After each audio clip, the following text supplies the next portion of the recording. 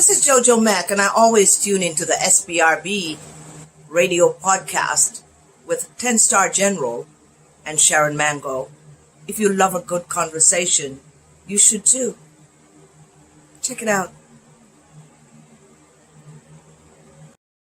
Greetings. My name is Freddie Green. I'm from Nigeria, and I fully endorse the SPRB Radio Podcast with the 10-Star General and Sharon Mango. Trust me, I know you will not be disappointed. Respect.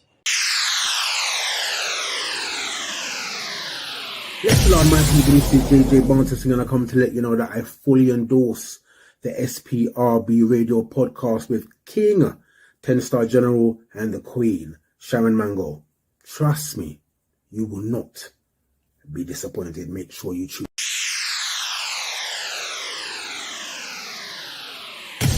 10-Star General with my girl, Sharon Mango. Greetings, beautiful people across the world. My name is Lavette Brown from the USA, and I fully support and endorse SPRB Radio Podcast with 10-Star General and Sharon Mango. Check them out. Trust me, you won't be disappointed. 10-Star General and my girl, Sharon Mango.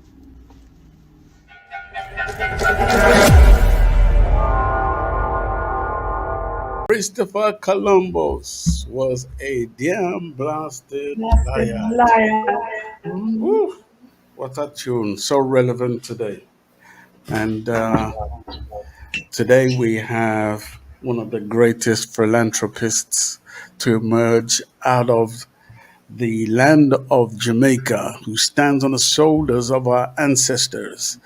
I've seen the great works he does, and trust me, even before I met him, I used to salute this man big time. Up until when I first met him, the very first time when I met him, I don't even remember how we met. It was just organic, and it was like speaking to a big brother. You know what I mean? Even though my beard is gray and in my black hair, it looked like I'm older, but I promise you, he's my big brother. And it's a pleasure to have him on our show today. So welcome, Big Stone. But before I bring you in to say anything, may I have to come to my sister from another mother, Sharon Mango, the original. That is me. Greetings and blessings this morning, Mr. Big Stone. I am also such an admirer of this philanthropist because your works are great and many. So welcome. It's always a pleasure to have you with us. Always, bringing us up to date with what's going on in Jamaica and your input and your knowledge is important and relevant to what's going on today. So again, blessings to you, friends. Blessings. And I consider you mine too. A long time we know him now, Long time we know Mr. Big Stone. He's our big brother. I'm not gray hair, I have none, but yes, I have none. No gray hair for sure about nothing. Okay, I stand alone with the grace. Big Stone, how you doing? I'm feeling so wonderful to be in the company of greatness. And it is an honor for me to be on your illustrious program once again, to be able to talk to you and my sister in Sharon Mango, of course, and to share with you my personal experience on this beautiful island that we call Jamaica. Some of it will get a little rough, and I can understand that there are a lot of sensitive people, but I'm sharing my experience, not from any political standpoint, but from my personal standpoint, traversing the length and breadth of this beautiful country, which I call the Garden of Eden. Right. Very true. So Very true. I have to tell you the pros and the cons, and then later on, hopefully, we can come to solutions, how we can move forward and to make this country, taking some words from Donald Trump, great again. Yeah, So definitely. I am open to your questions. I'm open to you giving me an opportunity to speak on this beautiful island, Yeah. which I know you cannot give a continent away for an island.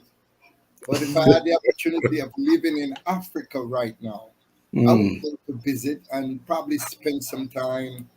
But yeah. this is where I want to spend the rest of my life. Yeah. This is the land that I, I was born in. This is the land that I grow to love.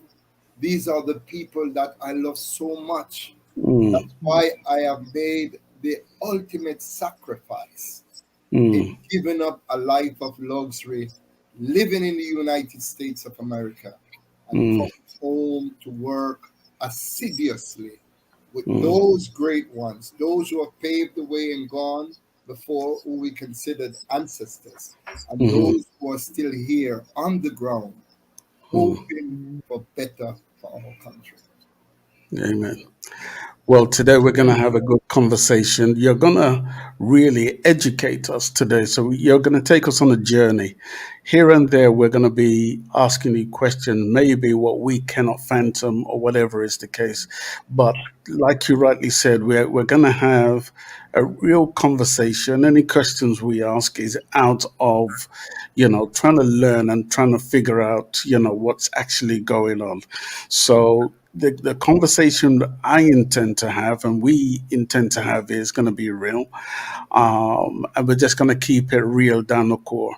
So first and foremost, from what I've been seeing in the media recently is you've been getting a little bit of a hammering, but we're going to delve into that a little bit later. But first and foremost, I want you to give people a sense of knowledge of where you're coming from. Where do you come from? And why do you do what you do? So give us a brief synopsis, a history lesson of the reason why I feel like you're anointed to do what you're doing. Well, first thing first, my slave name is Claude Sinclair. I was named by my mother Mm, from the illustrious Claudius Henry. He was considered one of those pioneers of Jamaica, a revolutionary. And she didn't actually give me the name Claudius, she called me Claude. Also, I was given the middle name Henry. But because I was born in 1957 from a midwife at the mm, St. Anne's Hospital, somehow the name Henry got lost. So I am known legally as Claude Sinclair. I was born on the 3rd of July 1957 in St. Anne at the St. Anne Bay Hospital. My mother and father were extremely poor, so they had to be migrants. They had to go from places to place. So some of my siblings were born in Kingston, some was born in Montego Bay, and some was actually born in Enfield, St. Mary. I am the younger brother to Janet Sinclair, which a lot of people have known her from Advice to the Love Law and Tell It to Janet Sinclair, a revolutionary soul who departed life in 2015. Having been born in St. Anne, I went back to Enfield, St. Mary, where my father is originated from. So I spent most of my younger years growing up in the district of Enfield, St. Mary. Extreme poverty, kaya mattress, chink, hunger, you can name it. I've experienced these things firsthand. But the great thing about it, I love my mother and father, and I begin to understand at a young age that these were post-slavery traumatic syndromes that was handed down to them, and they couldn't do much better under the circumstances. One thing I love my mom and dad for, with the little that they have, they made sure that we went to school. And that is why I must implore throughout the length and breadth of this program, go to school and get an education. Because when you learn, when you're aware of what is happening around you, you can better understand the travesties and the things that are happening today. I was a member. I grew up, like I said, poor in St. Mary. We migrated later on when I was about 9 years old to St. James, Montego Bay. We used to live on Salt Spring Road in a tenement yard, and then we moved down to Fustic Road. Fustic Road is that road that traverses from Barnett Street to the market. And I want to emphasize, when you live on a road that goes into the market, you're living in a slum area, because the market are only utilized handsomely on a Friday or a Saturday. During the week, you hardly see anybody traversing to the market, unless, well, wealthy people who come to shop before the real poor people come on a Friday or a Saturday. But living on Fustic Road, I live between two gangs. One is the Jacobin gang, and the other one is the Railway gang. So I grew up living in a hostile community. But the Almighty gave me the power so I could communicate with gang members on the right and communicate with gang members on the left. In 1975, I said I didn't like the way I was being treated as a youngster. So I became a member of the Montego Bay Boys Brigade. Then I became a member of the Montego Bay Boys Club. And I also further became a member of the Jamaica Defense Force. Moving into the Jamaica Defense Force, the salary was very meager. $80 every month, $40 every 2 weeks. I thought that wasn't much money, and I did it to save myself from getting involved with gangs and to get caught up on the wrong side. See, I was thinking as a youngster. So the police was advertising in the late 1975, and they were offering $367 a month. And I decided, well, yes, moving from $80 a month to $367 would make life a little bit better for me and my family. So I enlisted in the Jamaica Constabulary Force in February of 1976. Graduated and went to the police band division because I don't like guns. I don't like weapons of mass destruction.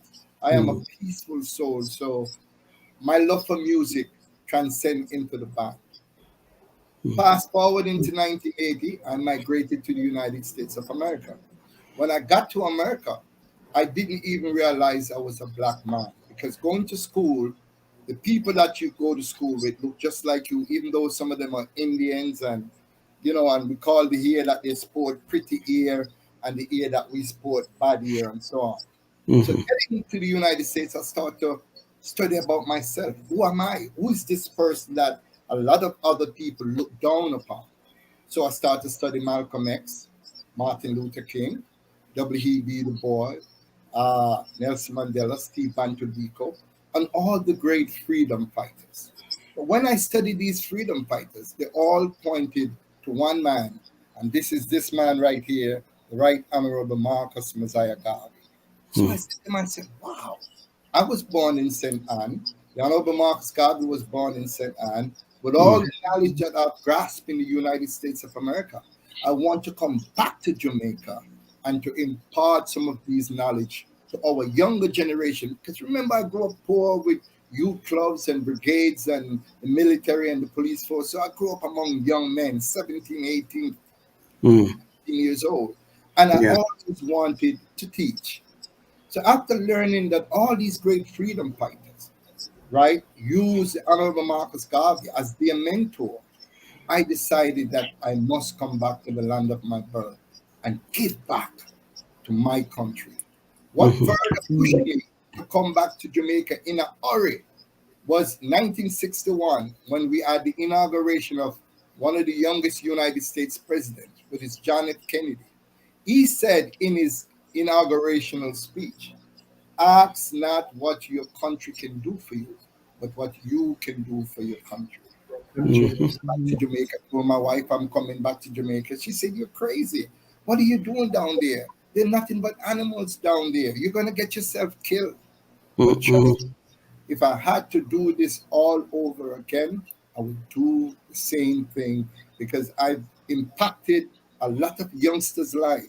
Artists like Turbulence the Future, artists like Nesbeth, artists like Warrior King, artists like Mr. Gaddy Gaddy, who I have motivated when some of them could have easily gone into a gangsterism, gangster lifestyle. I motivated them to know that, hey, do not look at the circumstances of where you come from, but look at how you can move forward with these rough circumstances and become a better individual.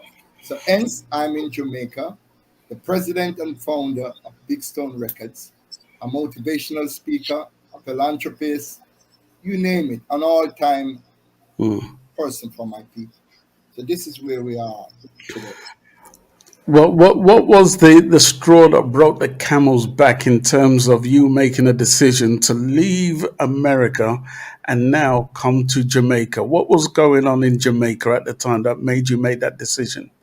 Well, one day I was driving down Flatbush Avenue in Brooklyn, New York, and I heard Jeff Barnes, one of the pioneer radio disc jockeys that used to be on Jamaican radios, and he made a statement, and he said, it doesn't matter how much money you have in the United States of America, you're still considered a third-class citizen. And I said, what? And I know that with your integrity and how you conduct yourself and how you carry yourself in Jamaica, you're considered a first-class citizen. And that was really what pushed me to say, hey, leave this land of the United States of America and come back to where it doesn't matter how much money you have. It is the contents of one's character that makes you who you are. And that is what pushes me to come home. Who was the Prime Minister of Jamaica at the time when he came to Jamaica? Wow.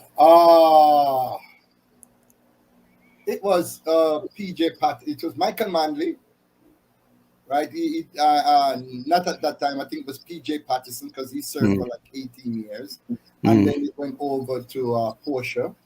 And then it went over to, the current persons that we have here today. Now, I know that you've always revered Michael Manley as, one of the great prime ministers that you've encountered. During his reign, what is it that you noticed was going on and what is now missing from All right, that? first thing first, Michael Manley is not just revered by members of the People's National Party. But I can honestly say he's also revered by members of the Jamaica Labour Party.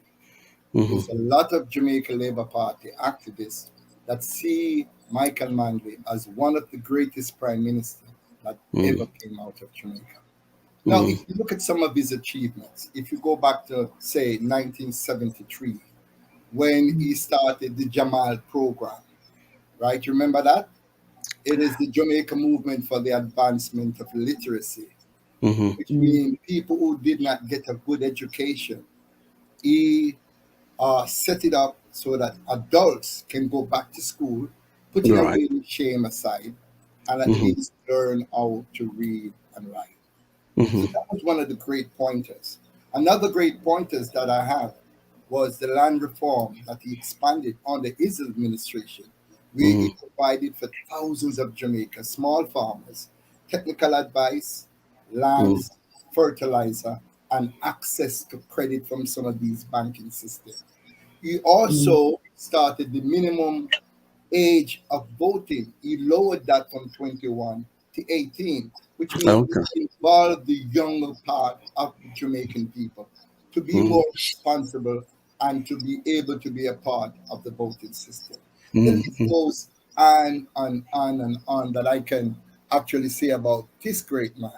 But one thing I love about him was the fact that no bastard no day again, which means if you're born out of wedlock, you're not considered a bastard picnic, and so on. You're still considered a legitimate citizen of this country.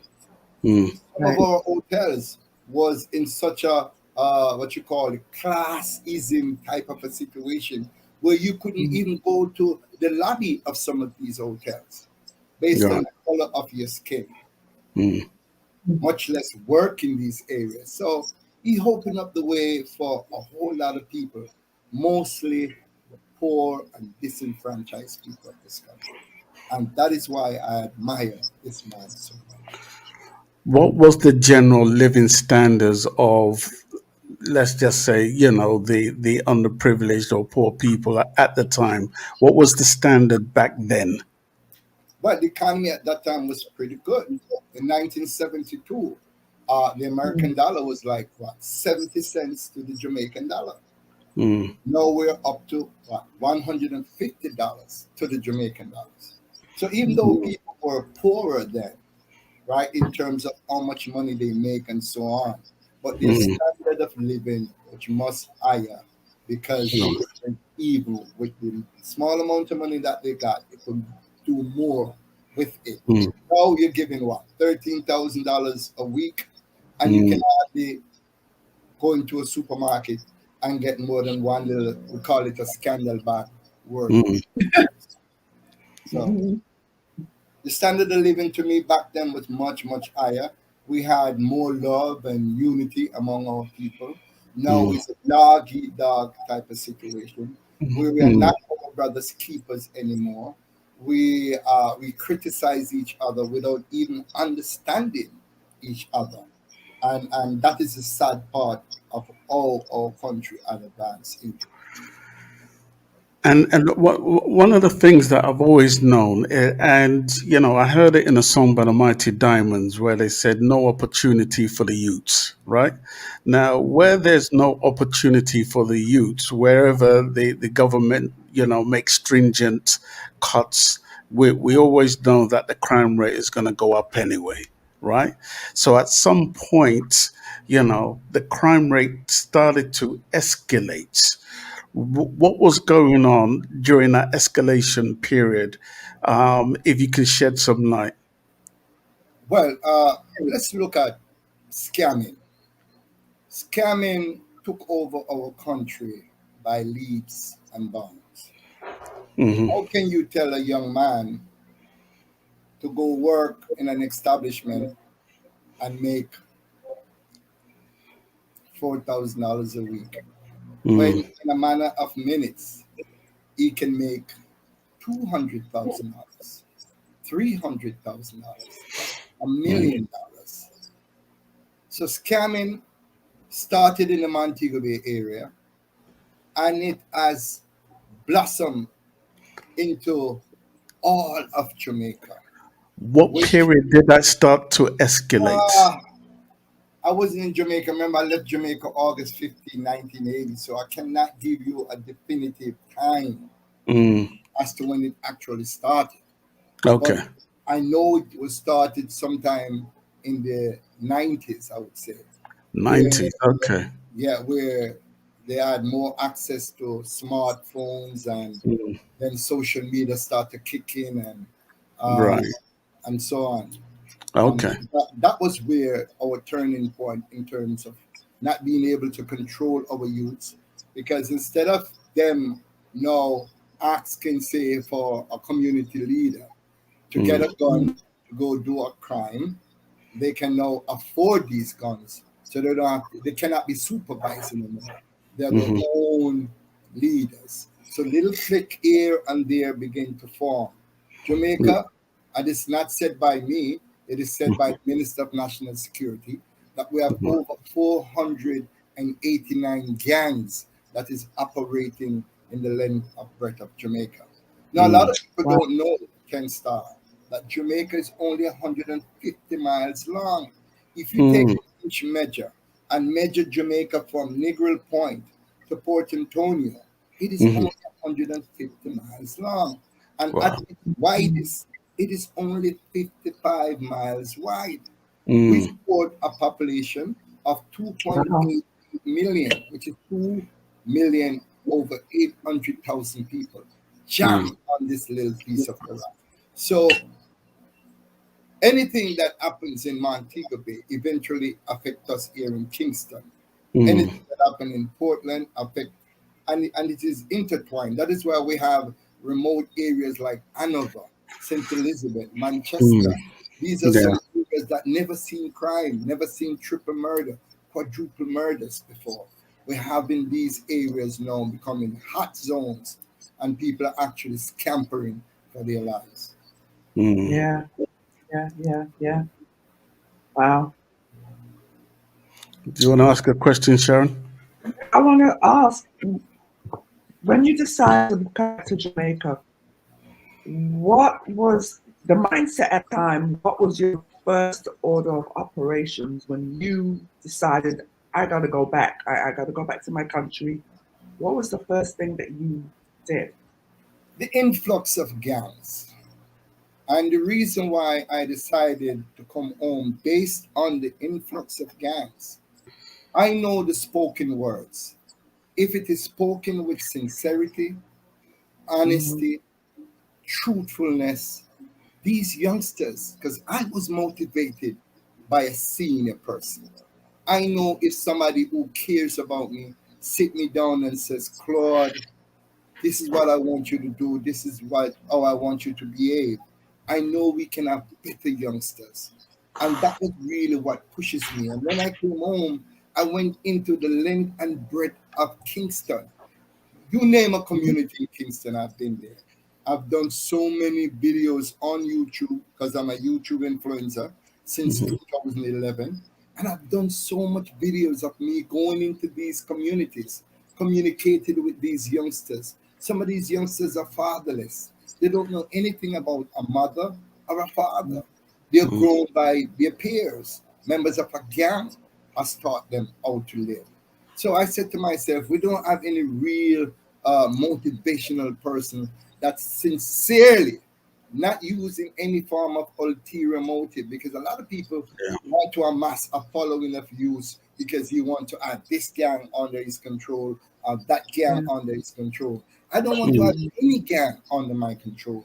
I want to educate the youngster so that he will understand how important it is for him as a citizen of his country to live a good life, a clean life, a gang-free life, and help to build this great country that we have and we call Jamaica. So that is the reason why I'm here working along with the youth. And we have seen results. There are hundreds of youngsters that I've motivated to stay away from gangs, never pick up a firearm. Even if they were caught up with gangs, they tend to move along into the right pathway. And they are now model citizens that I myself is proud to say, you are one of my proteges, a project of the ghetto. What would you say causes the escalation in crime in Jamaica right now? And what is the general cry of the people in Jamaica right now? We cannot say poverty. And I would never say poverty. A lot of people are first to jump up. Boy, the youth, them not no work. Them poor and them have access to this. Look at Haiti. Haiti is considered one of the poorest country in the Western Hemisphere. People in Haiti are actually eating mud cakes for food. Cakes. Apart from the 2,500 that have lost their life thus far since this year, basically, their murder rate was way below Jamaica at any given time. And they have a population of 12 million people. Their murder rate was like 450, 500, 6 something, while we were plummeted into 1,200, 1,400, 1,500, 1,600 people. We have been killing each other for the last 20 years at an alarming rate. So I would not say poverty is a major reason. For some youths, yes, them probably might want this and they're not motivated to go get it the legal way, right? They say the unemployment is down at its best now since the last 5 years, right? 4 point something percent. I'm not much into politics. I don't really follow these politicians per se. I'm into the humanitarian side of Jamaica. But I think that if we have, because there's 3 reasons why we have a problem that we're having. One, our homes are not what it used to be. Children are not motivated to even stay home. I went to a school known as Excelsior, where there was a stabbing. Where a little girl was stabbed by another girl, and blah blah blah. And we went there to highlight the fact that there were some students who actually rushed to her aid, even though she died. They did their best. And Mutabaruka asked the question. He said, "Do you know what is the purpose of a dining room table?" And most of the children could not understand. What do you mean a dining? Oh, we put our books on the dining room table. Oh, so we leave a computer here or there. The purpose of the dining room table is to congregate after a hard day's work, sit as a family, pray together, eat together, and to find out if there are any problems that you're going through, whether it's a school or in your basic community. That's what the purpose of the dining room table is all about. That's right. No, That's right. you will see the father sitting on the couch eating his dinner, the mother on the veranda with the phone in her hand eating her dinner, and the child somewhere else eating dinner. So we don't have that togetherness within the family. Then when you leave from the family, the next place you go is to school. Look at what is happening in our school. They have a race corporal punishment, which I'm pro and against, because a little stern discipline era there does not work. You know, we got discipline if we went to school late. We got discipline if we didn't wash our feet, because I went to school barefoot. So if you walk into the classroom with dust on your feet, you might get reprimanded for that. But a little discipline here does not hurt. And after the breakdown of the school, then comes the community. So it is the home, the schools, and then the community. If you can put a lid on those three areas, then we can put a lid on all our youngsters, our bread, groom, and grown. Right. So what is it the government is not doing? They spend billions of dollars trying to fight crime. I say spend less amount of money to prevent crime. Why would you want to go at a crime scene where 4 people is being murdered, when you could possibly do something about it to prevent those 4 people from being murdered? So prevention should be the goal, not fighting crime. All right, let me show you where our country is when it comes to murders. Since the beginning of this year, we have seen over 1,300 people killed. 1,300. Yeah, since the beginning of this year, we've seen over 175 double murders. Since the beginning of this year, we've seen over 40 triple murders. Since the beginning of this year, we have seen over 25 quadruple murders. So people are not just dying by ones anymore, or twos, or threes. They're dying in terms of 4. We tend to have a very short memory. We tend to forget those people who have passed away under grave circumstances. It has become a 9-day wonder. If I say to your audience, who is Iselin McFarlane? Can they say who Iselin McFarlane was? They cannot. Iselin McFarlane was an 81-year-old grandmother that was put to kneel down in the Trial Heights area of St. Catherine, put to kneel down along with her 10-year-old granddaughter, which is Christina McFarlane, and a 6-year-old, which is Michelle McFarlane. And all 3 of them were shot and killed in the back of the head, execution style. This just happened in 2020. A lot of people, so much other new things happen, so they forget about what happened to Iselin McFarlane and her grandchildren. We can go all the way back to Shanika Anderson, 18 years ago. Yeah. When a beautiful little 6-year-old girl went to the Carnation Market on a Saturday with her mother, Ruth Green, and she was abducted, taken to Manly Meadows, where she was savagely raped, anally and vaginally, and then strangled to death. I have experienced those moments with Ruth Green for the last 18 years when she would lie on my shoulders, how much she missed Shanika. Shanika would have been 24 years old now. Big Stone, I miss my daughter. She was a very bright little girl. We can go back to 14 years ago with Courtney Walker. Courtney Alexander Walker was a beautiful little kid from the Bamba River area of St. Thomas. His mother was on the river and she was short of soap powder and she sent him home to fetch some soap powder. It was about 1, 2 o'clock in the afternoon. When he was almost close to his house, he bumped into 2 people. I don't know what they were doing, but the results came back that he was sexually assaulted. He was stabbed over 57 times, and his throat was cut, and he bled out like an animal. I remember Courtney Walker because in 2009, I was at his funeral.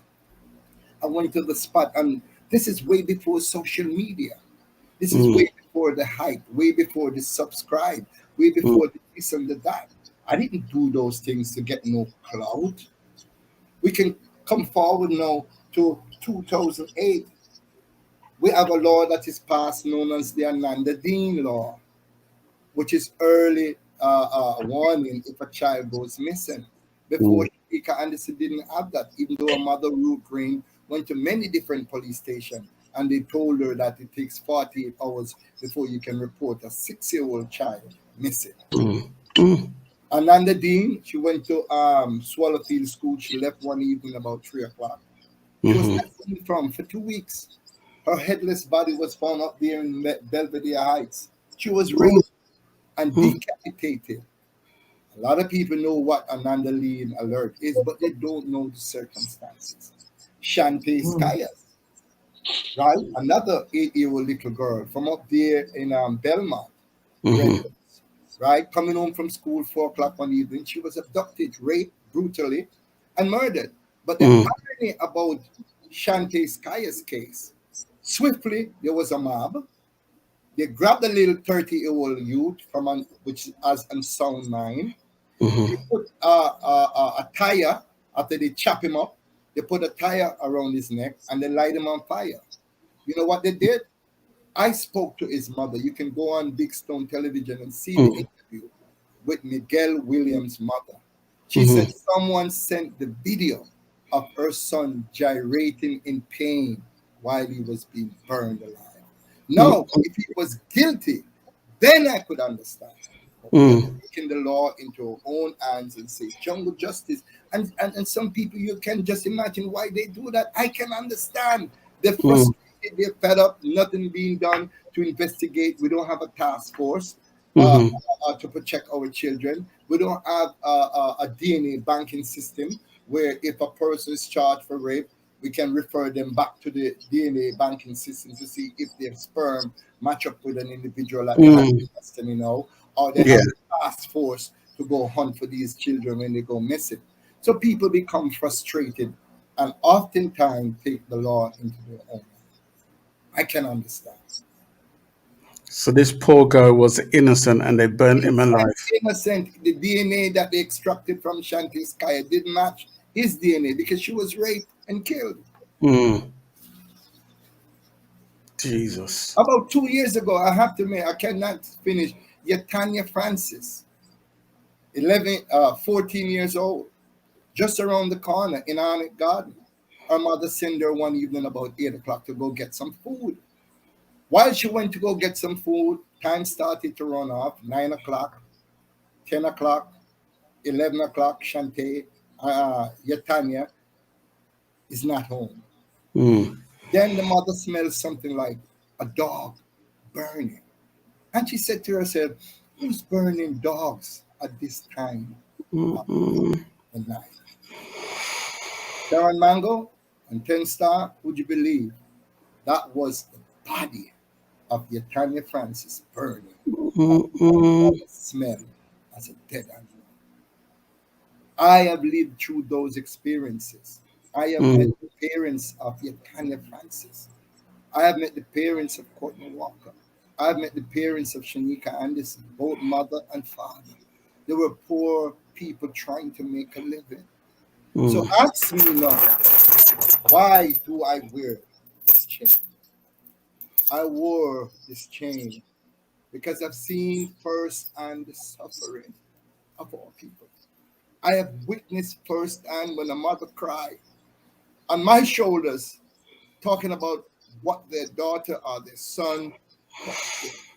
Those are just a tip of the reasons why I wore this chain. Now I know it was worn on a political platform. I don't care if that platform was the Jamaica Labour Party or the People's National Party.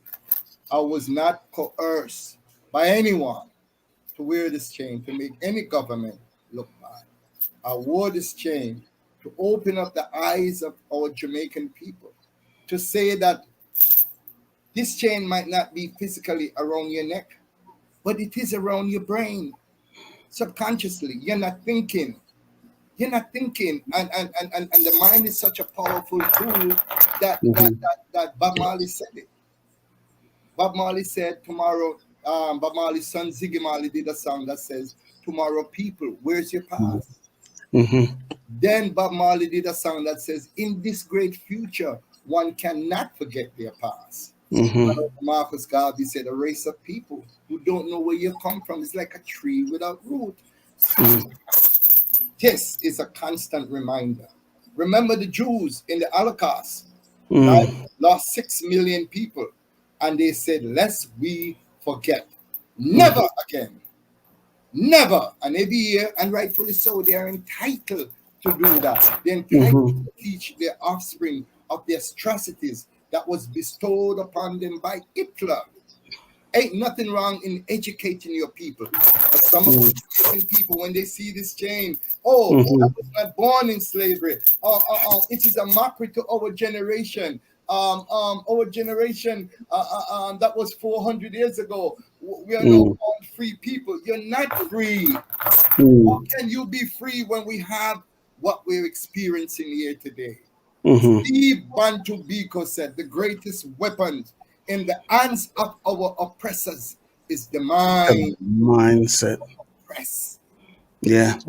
So when the reporter asked me, she said, "Big Stone, what were you sending a message to Andrew Onis?" Hell no, I wasn't sending no message to Andrew Onis.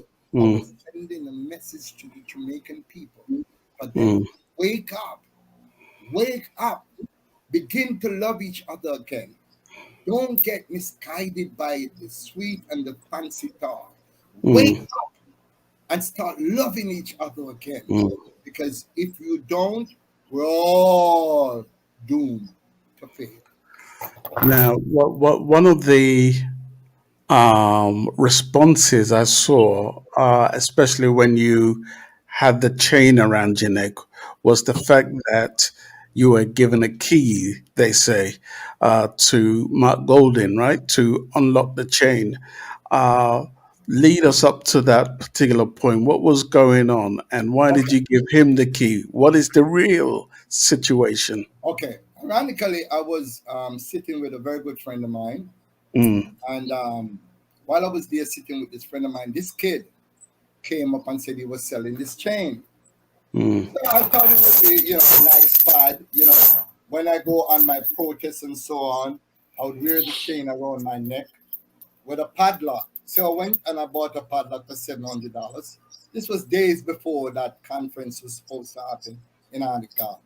And ironically, when I checked out the history of this chain, this kid, his mother was an Igla downtown. And her stall this chain was used to bind the stall so that nobody steals the stall. They could steal the stall, break it up and redesign it and so on. Anyway, members of the MPM, right, the market police came and they dismantled her stall. So she took the chain home because this was the only valuable thing that she had left. She put it in a drawer and the son stole the chain and came out and sold it to me for $1,000. So after I bought the chain, I said to myself, there's a conference coming on the 10th of September. I'm going to wear this chain, and hopefully a reporter can see me wearing this chain and ask me the purpose of the chain. Then I would go back and highlight the case of Shanika Anderson, Courtney Walker, Yatanya Francis, Shanti Skyers, Miguel Williams, and so on, by showing them that, hey, I'm wearing the chain for all those people who have suffered and died. This is not a political gesture. This is to show them that, hey, we're still in bondage and we need to start looking closer at each other. When I got to the conference, I stand to the side where I know most of the reporters would come to speak to those politicians and members of parliament. While I was at the back of the stage, Dave Campbell saw me with this chain around my neck, and he asked me what was the purpose of the chain. And I told him, I said, for 7 years, we're under bondage.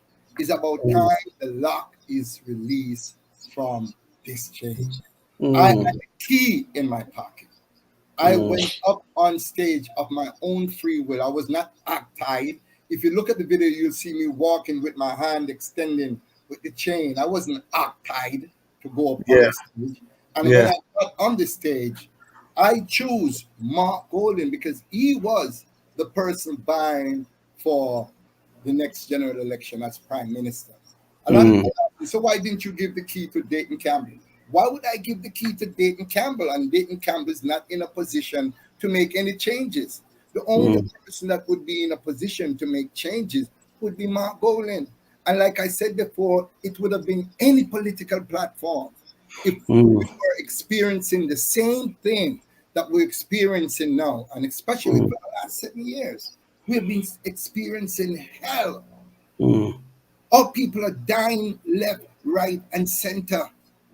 They're dying by ones, they're dying by twos, they're dying by threes, they're dying by fours, sometimes 5.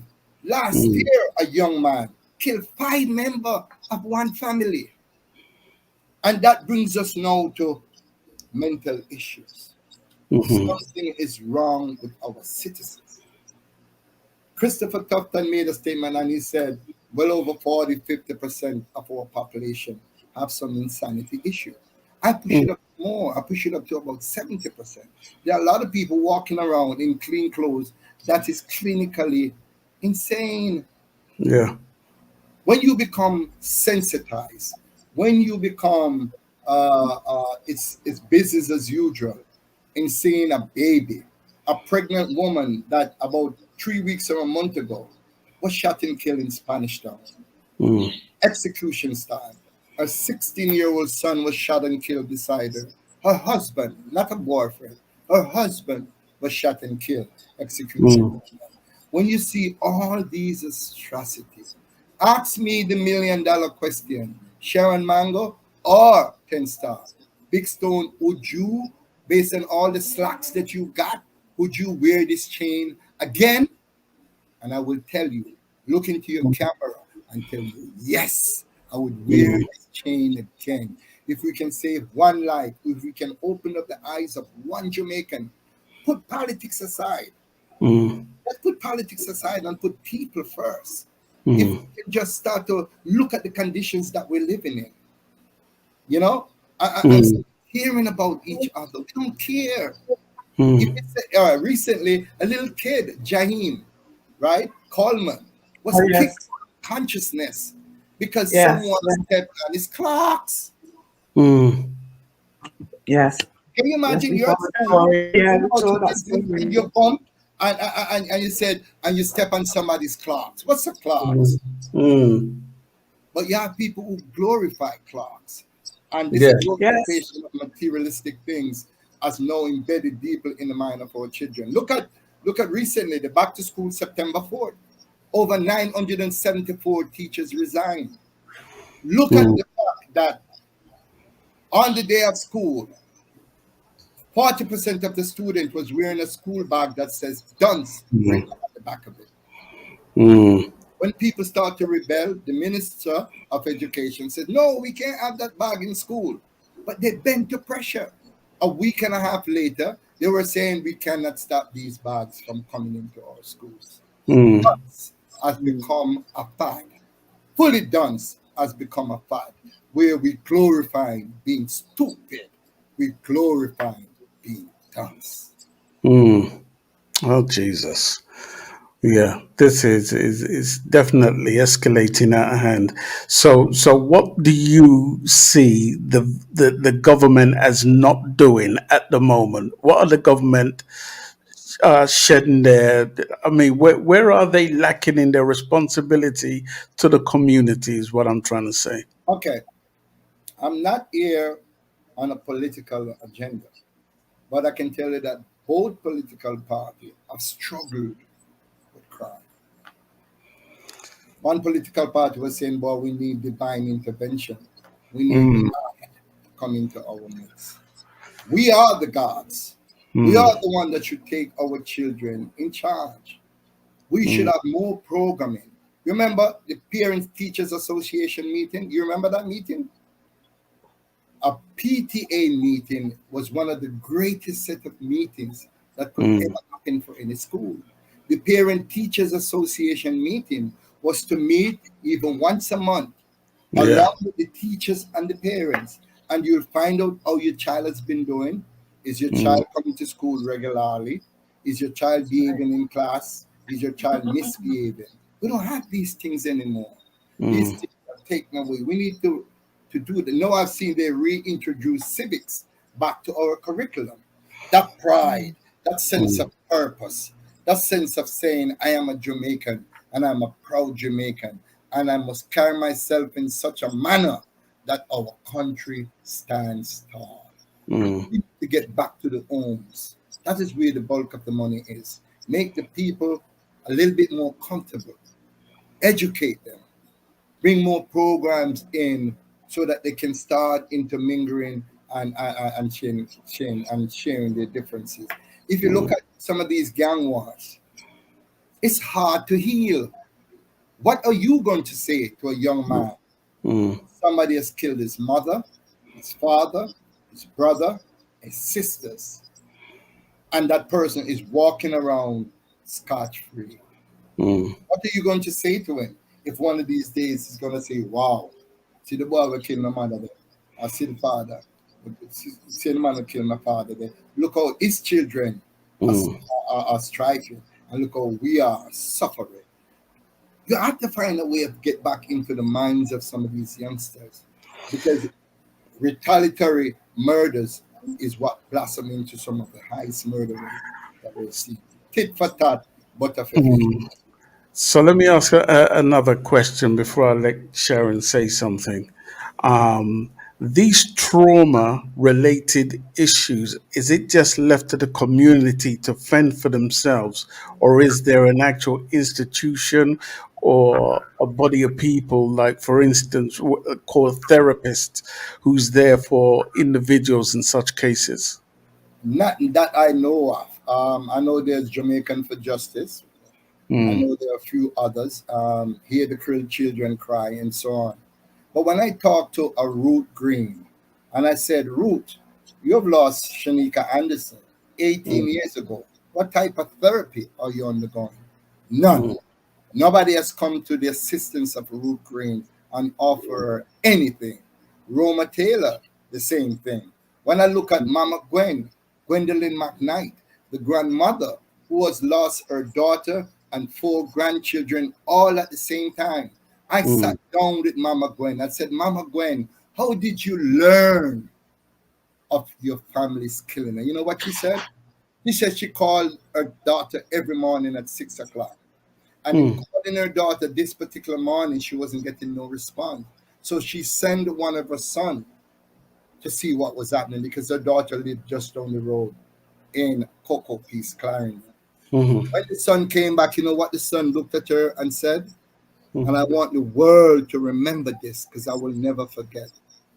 The son looked at Mama Gwen and says, Mama, everybody dead. mm, So can you imagine? Here you are as a grandmother, you always call your daughter at 6 o'clock, what's up?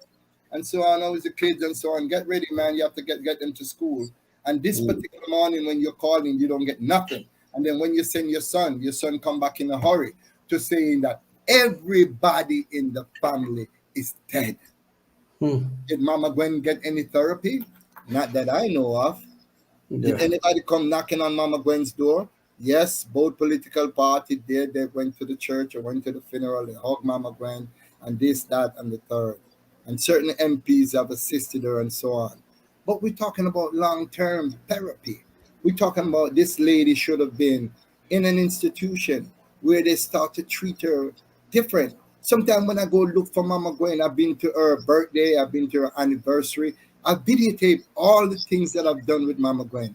I went to the tombing, I went to the grave digging, I went to the funeral. I videotaped everything that I did with Mama Gwen. And sometimes when I look at Mama Gwen, I myself start to cry because I can see she's just staring into oblivion. She's just looking into space like this. I said, Mama Gwen, you all right? And sometimes she can't even respond. You can see the hurt on her face. This woman needs therapy. There's a lot of so many things have been happening. I've been watching this, as you stated earlier, the double murders, the triple murders, the quadruple murders. And whoever's left out of those families, those people also need the therapy. Is there nothing out there in Jamaica? Is there no facility? Are you saying there is no facility that can accommodate the individuals who've lost families to such atrocities, to such diabolical crimes? And call them diabolical because it's nonsensical.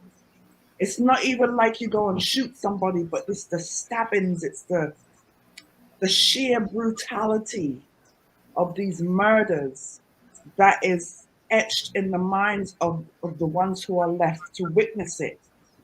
I'm saying, Big Stone, there is nothing out there. There is nobody, no facility, nothing in Jamaica that can assist these people. I want you to look at this. It says savagery. Many molested, maimed, and murdered. We're talking about our children. This article is saying that from the year 2010 to 2020, over 15,000 of our children are unaccounted for. Where are our children? Some of them are murdered. Some of them are into human trafficking. Some of them are into organ harvesting. And some of them are into human sacrifice. Right. What is happening in this country? And we need to start focusing seriously on people, because the people who make up the country. Focusing on the people. How can you help these people? How can you let them understand? Pump a lot of money into health care. Health care. About 3 years ago, I don't know if you remember a case in Trelawney where a sister planned to kill another sister and succeeded, but she used 3 children, which is her sister's niece, to do the work. Is that the Leandra Bradshaw case? No, the Leander that we're talking about, Leander Bradshaw, we're talking about Philip Paulwell. Yes. That is recent. That is still ongoing. Okay. About the case that a sister auditing for another sister, so she confided with a gunman. She used her 2 daughters to open up the door and give the gunman access to their aunt who live upstairs, and their aunt was shot and killed. Now these are family members that does that.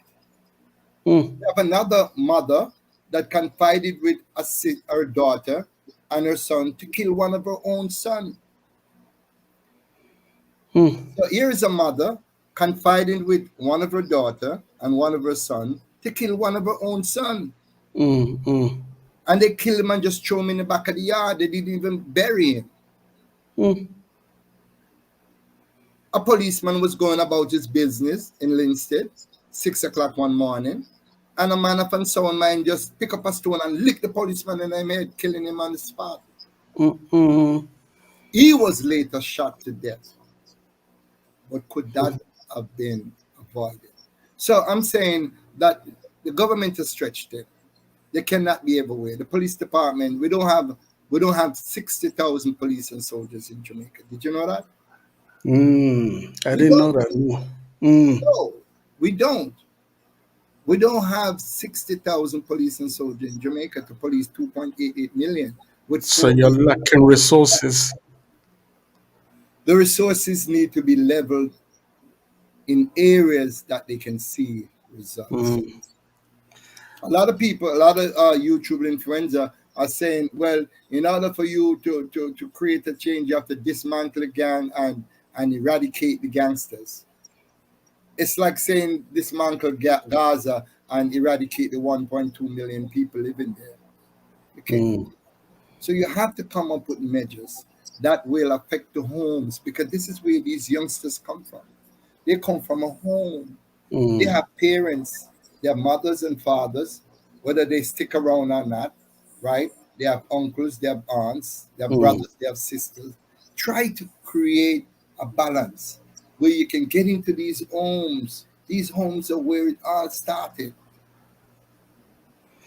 So I'm wondering why the government can't start something like a youth training corps, where certain youths in the communities can get the training, like whether it's military training in terms of exercise, and working in the community, for the sake of those who need it. You know what I mean? And maybe that might steer them into the right direction. Well, Because we you know have, it happens in Africa and it works. yeah. Well, you have the Art Academy, a great institution. Mm, A lot of youngsters, because not all of our youngsters are bad. We have great young men in Jamaica. I've come across hundreds of great Jamaican young men. Like even the 6 boys or the 5 boys that assisted Jaheim Coleman while everybody was using their camera. Not mm, even Yes. the principal or the security guard lend a hand. They picked him up and they Yes. walked over 500 meters. I cried when I see that there. I did mm. too. I cried. I You know did why too. I cried? I cried because I said, yes, there's still hope for my country. Yes. There's still some Yes. great youth left in this country. So I'm not here spewing venom and any political parties. Bigger than that. We're talking about the people of this country, the people that I love so much. And Jamaica is one of the greatest country on the planet Earth. We just need to fix the people. The people at what need to fix. They're spending billions of dollars on the infrastructure. Yeah, it's beautiful. We can drive from Montego Bay to Kingston to Ocho in less than 20 minutes, from Ocho to Kingston in less than 15. All that is great to build and boost the economy. But if you do not have the people, the inhabitants of the island, in a frame of mind, in a mindset where they're comfortable, where they can at least afford a night's dinner comfortably, then we're going to have chaos. We're going to have envy, we're going to have grudge, and we're going to have bad mind. So the people. It seems to be, I'm sorry, it just seems to be, I've spoken to many people on the subject on this side, on the state side. It just seems to be like it's killings, these murders, these things that's happening. It seems to be so random. It's just sporadic and random, which leads me to things I hear people say. Well, it's like, especially our young people, this Jamaica's going just going through like a cleansing, and the mindset that a lot of people have over here is like you're trying to do away with the original people of Jamaica and making it like they're trying to make Jamaica something else. You know, you hear the cry of the people like we can't even go to our own beach. It's so many different things happening at one time. And again, to people over here, there's just like it's like they cleaning out our own people and bringing in whoever to make Jamaica different. They're trying to change Jamaica. What do you? I don't know if you've heard anything in that regard, but what do you think about that? Well, let's get back to the music. Mm-hmm. In yesteryears, we had great ones like Bob Marley, Peter Tosh, Burning Spear, Jimmy Cliff, Toots and the Maytals, and the list goes on and on. These music that we were listening to back then were music to protest some of the wrongs that are being directed to our people, Right. social issues that we should start to, observe. There were songs that says, "Honor your mother and your father, that your days." Remember the "Will be long." Those were great Yeah. songs. But a genre of music came about, and that genre of music, and I'm not trying to hit out on anyone on how they make their living, Right. because most of these artists are, are actually living their life experience. They're writing about some of the things that they've experienced, and they're putting it to songs. Ain't nothing wrong with that. But then when you take it to a level that you're telling students to take Mali, Mali is good for you, or a man marrow must fly, man to pick up cap a shot, your brother must, you know what I mean, if you can't catch Quarko, you must catch him shot. And if you can't catch Quarko or him shot, all the dog and the cat and the rat and the roaches must be executed and eliminated. Then it takes a different thing. And then the accessibility. Remember, we grew up on the telefunken radio, right? One major radio in the household. And if mama and papa don't turn on that radio, you dare not go turn it on. But now we have the internet, the availability where on smartphone, where a child can access any one of these music that is actually banned from the airway, but they can listen to these music on the internet. And some of these music are gory.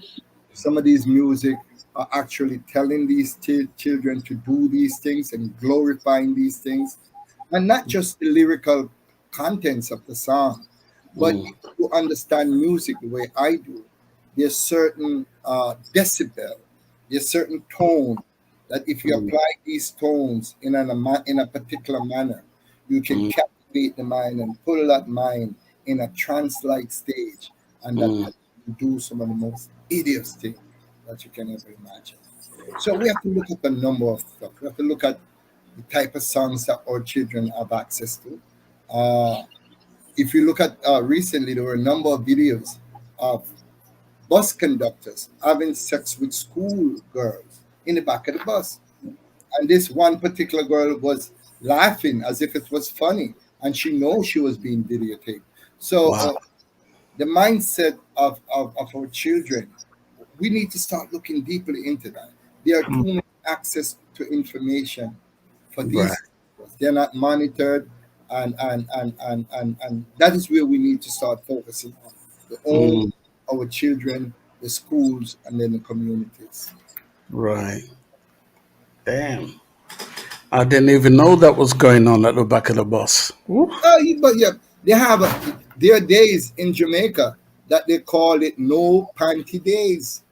There's certain school in the corporate area that on a particular day, whether it be a Wednesday or a Thursday, the female student don't wear any panties to school, which means they can sit in a bus with other students on top of a boy's lap and have intercourse without nobody knowing what's going on.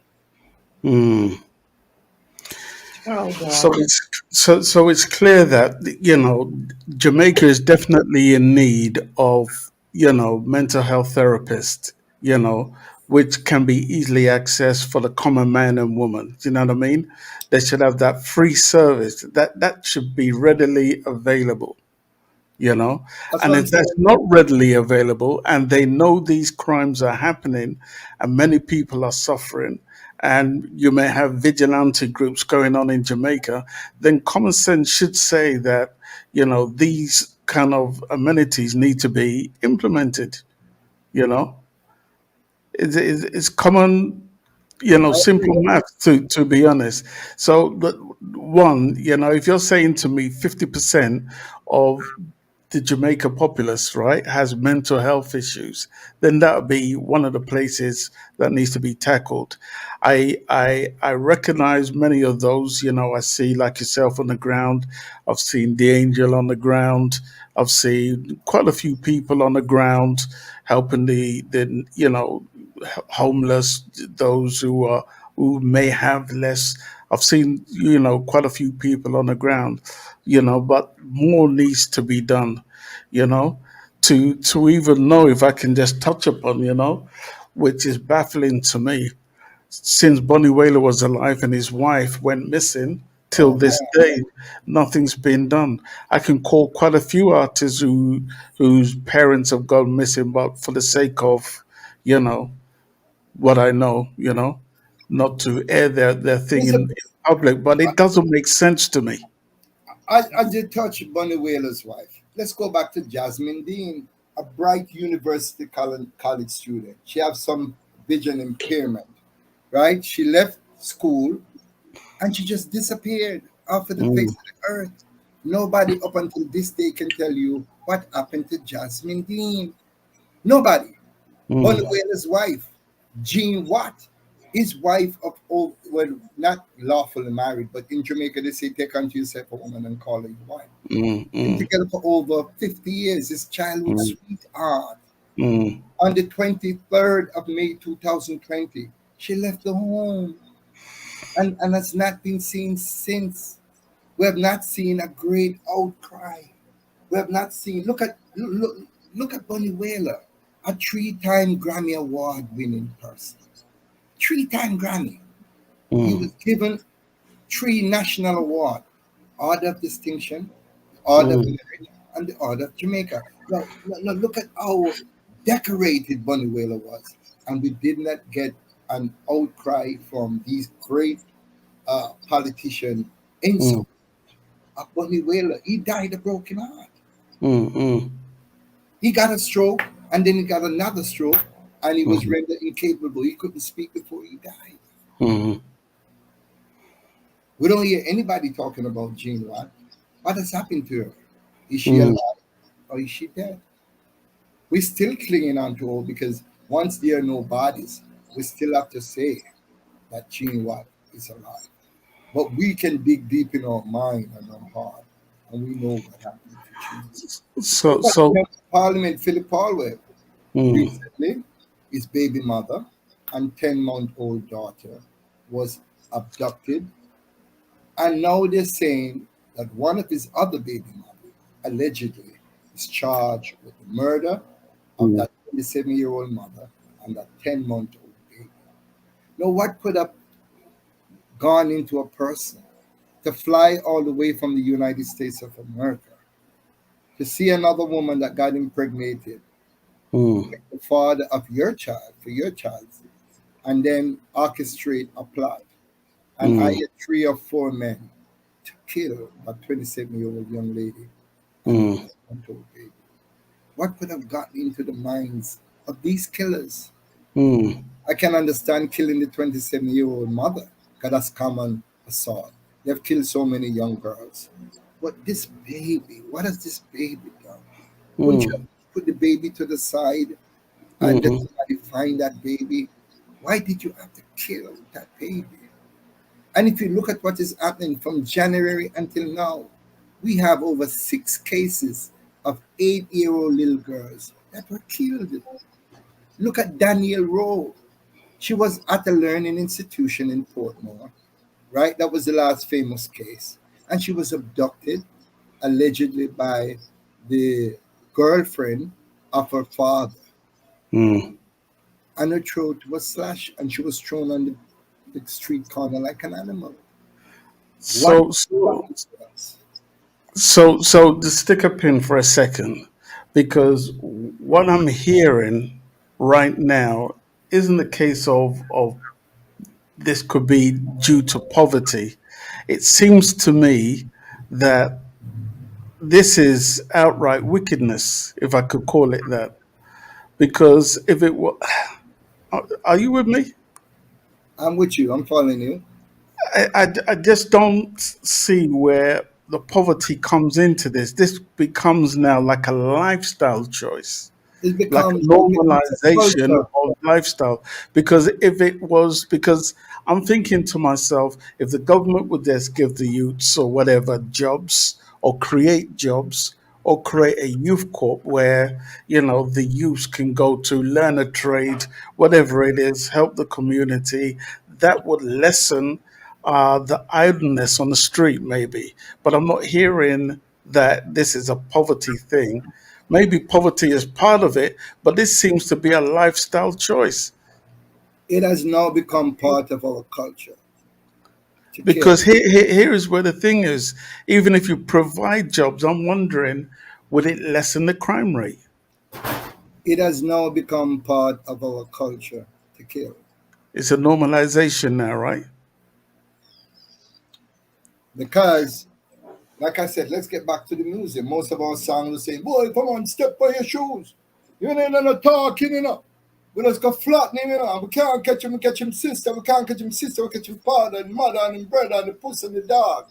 They keep hearing that. Music is something that permeates the mind subconsciously, You don't even have to be listening attentively to music to hear it. You know that? You don't have to listen. Like there's certain songs that when they started playing, I don't like it. At one point, the government actually said that they were going to ban explicit contented music, right? Or That of is that too sort of late. content, I should That say. is too late. That is too late now. We have social media. We have access to social media. People don't listen the number of radio stations that we have anymore. People don't do that. So you can ban all you want from this station. They're hearing it first time. You can just go with a smartphone and go bam, bam, bam on YouTube. Let me hear one of these artists' music. And they listen in the privacy of their own home. And guess what? They know these songs word perfect. Yeah. They know it line for line. Ask them to recite the pledge. Ask them to recite the national anthem. They can't tell you. They're not in there. There's no interest there. So that's why I say get back to the home. Get back to the home. Then the schools and then the community. Okay, so run that by me one more time. So if I was to ask you, what would bring about just maybe a percentage of change in Jamaica, noticeable change, what would have to happen? All right. I'm not talking politics here, but then there are certain people that I admire the works that they have done. Christopher Dudoscope, remember him from the Shower Posse? Okay. Yeah. Would you believe that at certain time of the night, whether it be 6 o'clock or 7 o'clock, every single child who's of school age must get off the streets. Okay. Get a book. Go learn something. We can't have you running the street loosely. That was a great thing. And they're talking about, well, we don't need any dons in these communities. I can understand some of the reasons because some dons do abuse their powers by sending for the little 12-year-old or sending for the little 6-year-old and so on and so forth. But let's get back to Africa. Remember that every village had a chief. Yeah. Every single village had a chief. And that chief, his word is bond. He has a group of people that sits around and they discuss what's happening within the chief, within the tribe, and they talk about these things, right? And then whatever judgment that has to be handed out is handed out, right? Get back to getting people who are respectable and people who are approachable and people who are respected by the communities. I've been into many communities and I've seen community leaders that are still operative till this day. People would come to them to iron out simple, different things that probably would amount to bloodshed or even death. Recently, I was at a situation where a young man was stabbed in the back of his neck, inches away from the jugular vein. And I saw the community leader went into his pocket, took out money to send that little boy to the doctor. Because the parent of that child who stabbed that little boy didn't have the money to give to the other parent. And both of them were best of friends. Imagine. You understand? So what could have blown out to one family against another is so posh because at least the medical care is being taken care of. We need to get back to the communities. We need to set up people in these community that are honest people, are trustworthy people, because there's a lot of community that depend on these people. Yeah. Community in Kingston. There's a whole lot of communities that I've been to that there are no teenage pregnancy. For instance, the community of Jakes Road. I've been there. We set up the Amy Jakes Garvey Community Center in December of last year. When I got to that community, it was a model community. You could leave your doors open, your house open. There were no teenage pregnancy. Little girls could walk the streets and go about their business without interference. So there are community leaders that believe and love their communities and want the best for their communities. And it's working assiduously to make their communities strive. One time I walked into the same community, and you know what? I'm a community leader reprimanding a father, telling the father that, listen, you know why your son is the way your son is? It's because of you. You didn't do your due diligence. You didn't care about your son. You didn't make sure that your son had all the necessaries to go to school. So why are you complaining now that your son is doing this or doing that? You are responsible. But all is not lost. There is no hope. You can now take your son, about 18 years old, in hand and let him finish his education. I'm inspired by those things. And communities like that. There are a lot of model communities. All of Jamaica is not what it's just a handful of people that is creating a problem in this country. 90% of Jamaica is a great place to visit, a great place to live. I'm living here. You think if Jamaica was 90% bad, I would be here? I would be the first one to jump on a plane and fly out. So 90% of Jamaica is great. It's only a handful of people that is responsible for 90% of the crime that is happening in this country. Now, I also want to just make mention that I do know there was an organization, I don't know if it's still happening. The lady who was involved in this organization, it was called Out for Many, Smile Jamaica. Her name was Paulette Williams in St. Anne's, and she, got a football team in the community. So she was doing a lot of great works in the community. Now that she's passed away, I'm not too sure if that is still going on. But do we need to see more maybe sports activities going on in Jamaica? Sponsored? Most definitely. It is because of, and they're still going on in pockets here or there of the island. You have a lot of great people who are concerned. I'm not the only Jamaican that is concerned about Jamaica. Hell no, there are a whole lot of people in Kingston, in Montego Bay, in Portland, in St. Mary. We have citizens who are working, but they don't have the resources. If they had the resources to do this at a larger scale, then would have seen more results.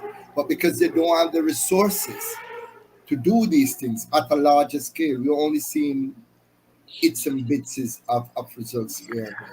So why don't we see the government funding initiatives like this then, like sports activities and so forth? Why are we not seeing that in the wider communities all over Jamaica? All right, I can tell you something as you mentioned sports. There were two major leagues in Jamaica, and I know this story firsthand because it was told to me, and it is in the Observer newspaper. The Football League, right? It was under the stewardship of Captain Burrell. major, from a captain from the military. Mm-hmm. And every time these two leagues, one from Tivoli Garden and the other from Arnett Garden, every time they meet up, there was violence. People get shot. Yes, sir. People get stopped. They took the league to the National Stadium. Violence broke out. They took the league to Up Park Camp. Inside of Up Park Camp, violence broke out. Shots were fired in Up Park Camp. Oh, Jesus. Everywhere that you go, they would fight each other. Now, community leader George Pang, you can go, just write his name down, George Pang, I know him well. Dudus Cope. Mm-hmm. Two people. And George said, and this was in the middle of politics, when you had political wars here and there. Mm-hmm. Political war was very strong. And Captain Burrell said to George, there's nothing that we can do to keep you both these leagues in the playoffs. Mm-hmm. We have to ban you guys from the playoffs. We cannot afford to threaten the league with violence that is happening over there. And George said to me, he said, Big Stone, when I look at the amount of work that we did to build the Arnett Garden Football League and the amount of work that was put into building the Tivoli Gardens Football League, we couldn't just sit by and watch them ban us from the league. No, this was at a time when Tivoli Gardens and Arnett Garden was at war, political Right. war. Mm-hmm. Yeah.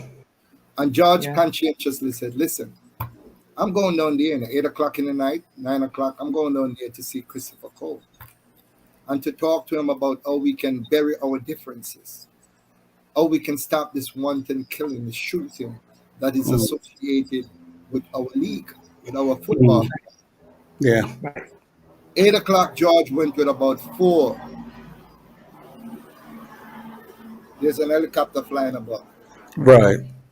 8 o'clock in the afternoon, George Pang risked his life. And you can go into the Observer newspaper. It happened over 20-something years ago.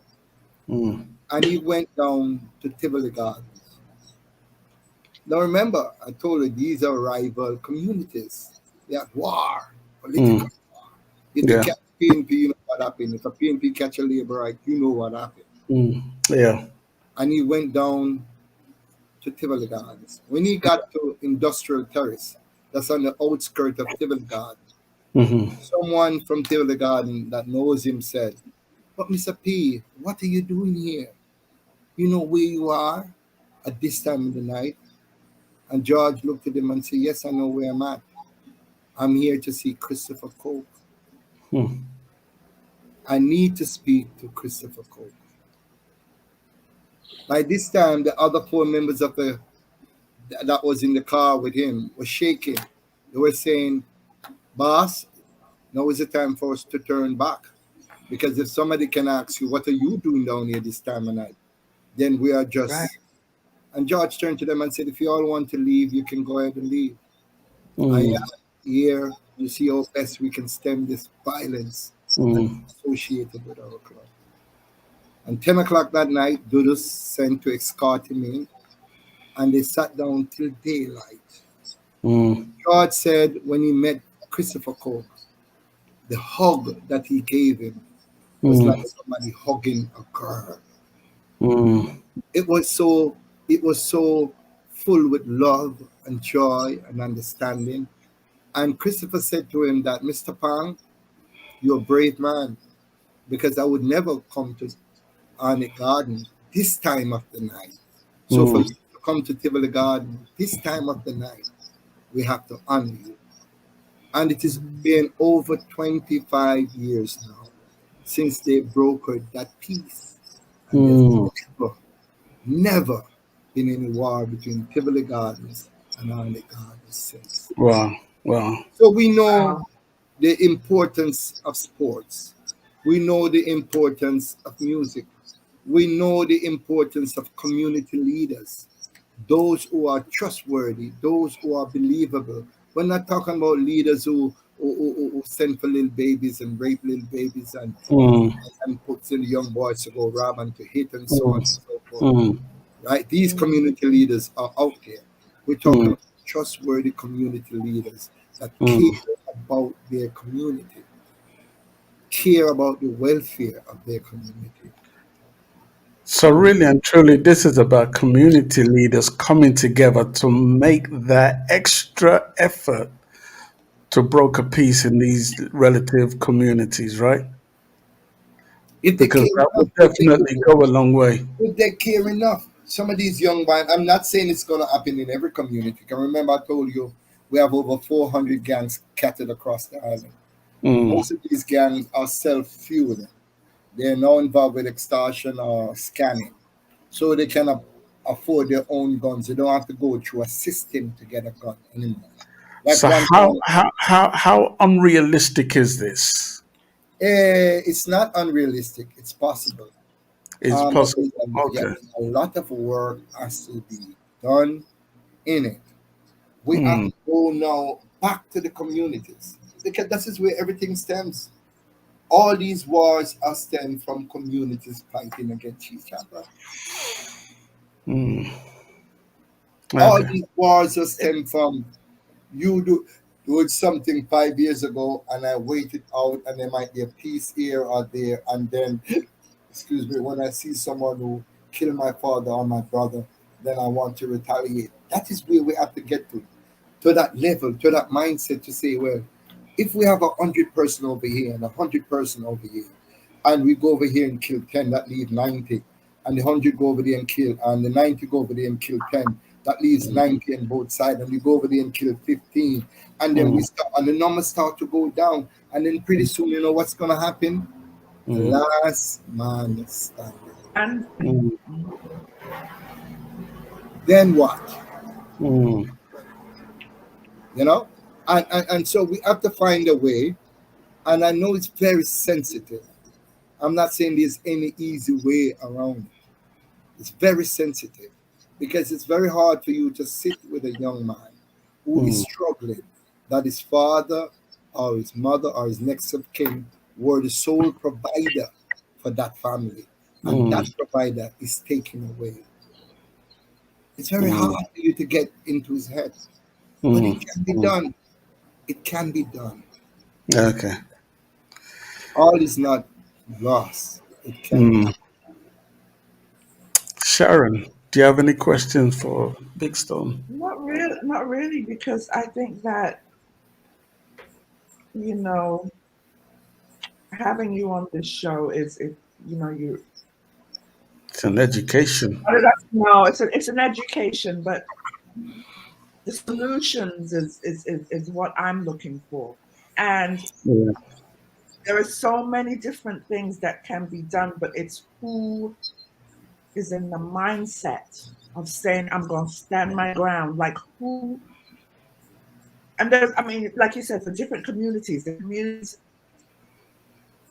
don't seem to be producing, or for lack of a better word, not standing up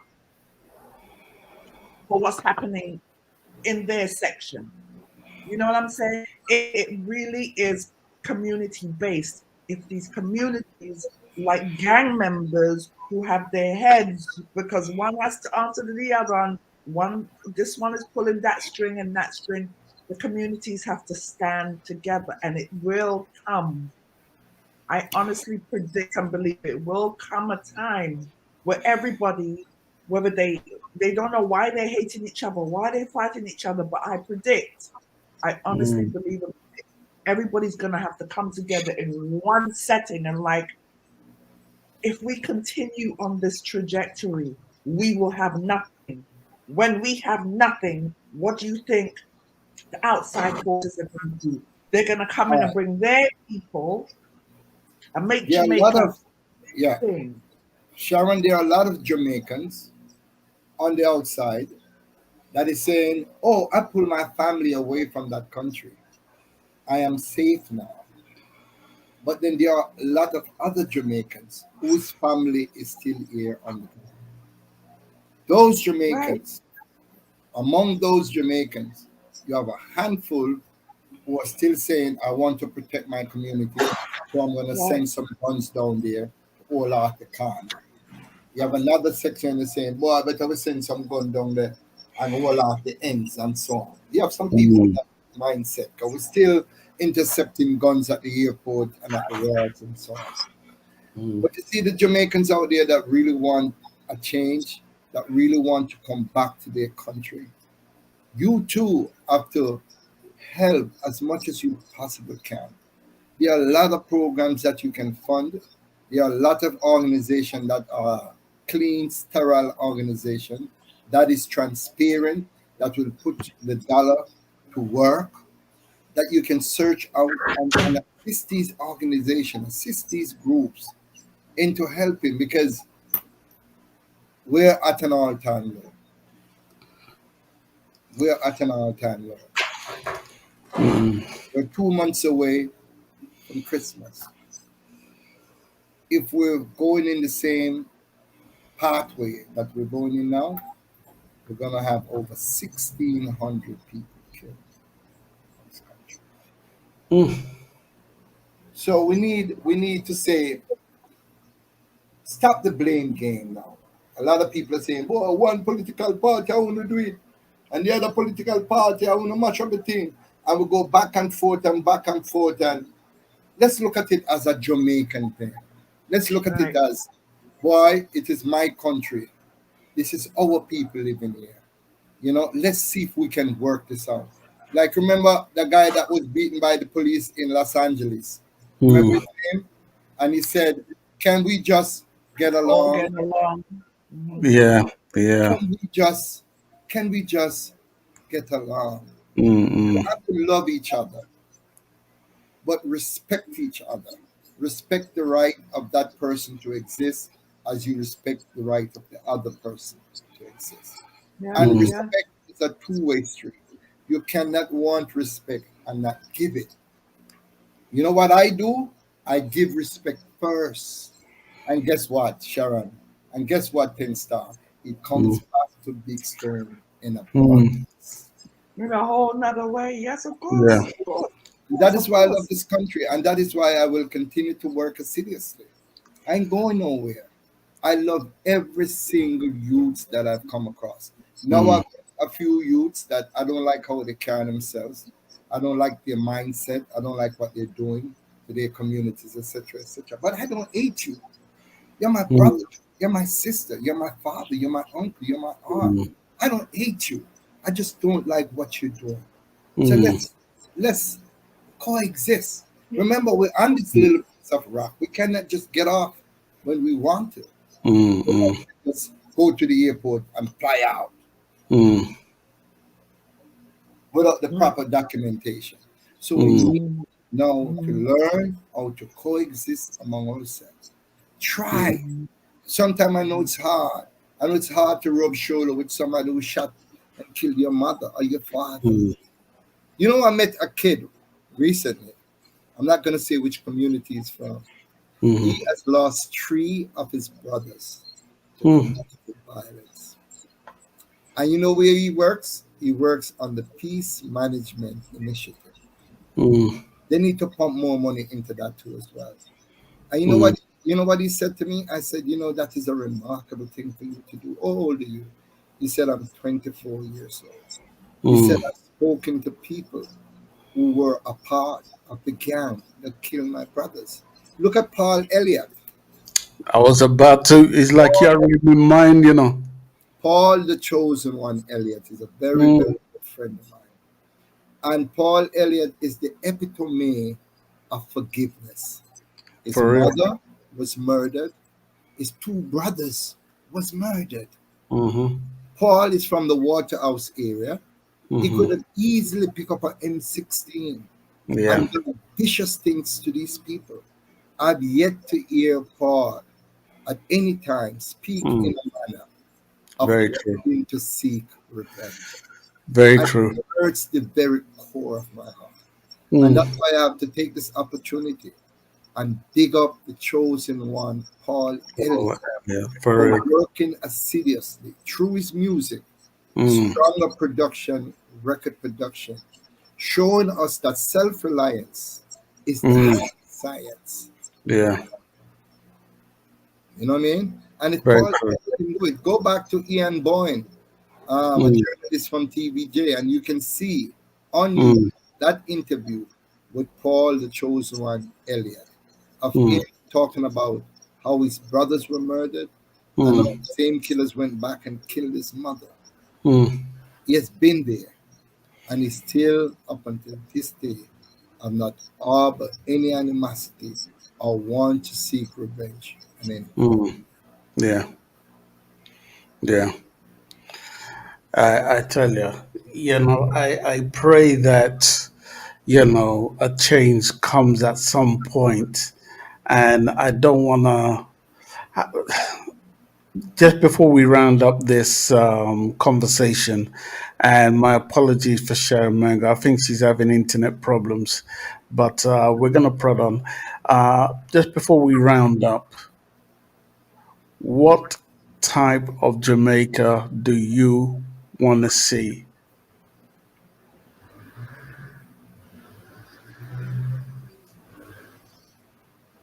I want to see